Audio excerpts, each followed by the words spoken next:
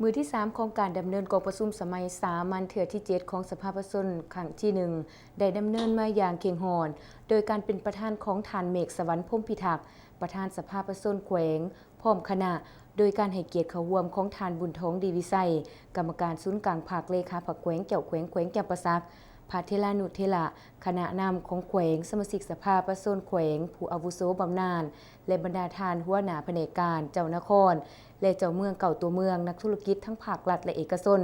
นักศึกษากฎหมายและสื่อมวลชนเข้าร่วม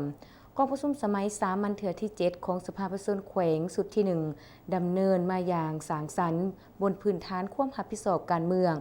และประสานสมทบระหว่างสภาประชาชนแขวงกับองค์การปกครองท้องถิ่นซึ่งกองประชุมครั้งนี้ได้พิจารณาการรายงานขององค์การปกครองแขวงในการจัดตั้งปฏิบัติแผนพัฒนาเศรษฐกิจสังคม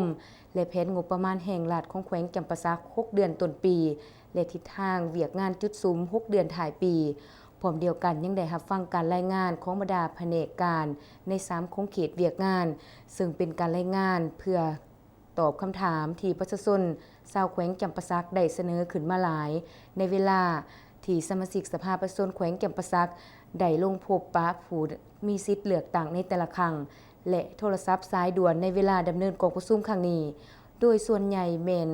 คำถามที่เกี่ยวข้องโดยกลุ่มกับชีวิตการเป็นอยู่ของประชาชนพร้อมนี้บรรดาสมาชิกสภาประชาชนแขวงยังได้มีคำเห็นประกอบใส่มติต่างๆที่จะได้รับห้องเอามาเป็นมติกองประชุมสมัยสามัญเทื่อที่7ของสภาประชาชนแขวงสุดที่1โดยเฉพาะแม่นมติที่1เกี่ยวกับการจัดตั้งปฏิบัติแผนพัฒนาเศรษฐกิจสังคม6เดือนต้นปี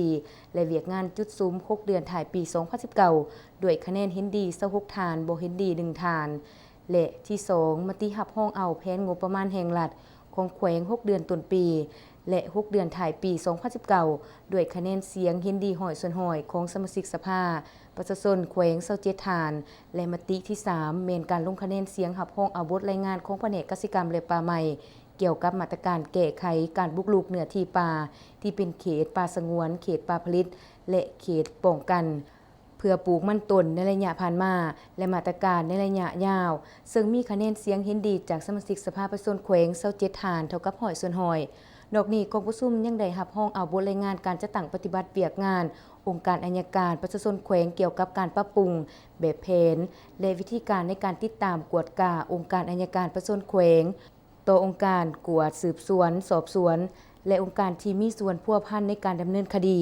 กองประชุมรับห้องเอาบทรายงานเกี่ยวกับการจัดตั้งปฏิบัติเวียกงาน6เดือนต้นปีและทิศทางจุดซุ้ม6เดือนถ่ายปี2019ของสภาประชาชนแขวงซึ่งกองประชุมครั้งนี้ได้อัดลงโดยผลสำเร็จอย่างจบงามในตอนเช้าของวันที่19กรกฎาคม2019ที่สโมสรของแขวงจำปาสัก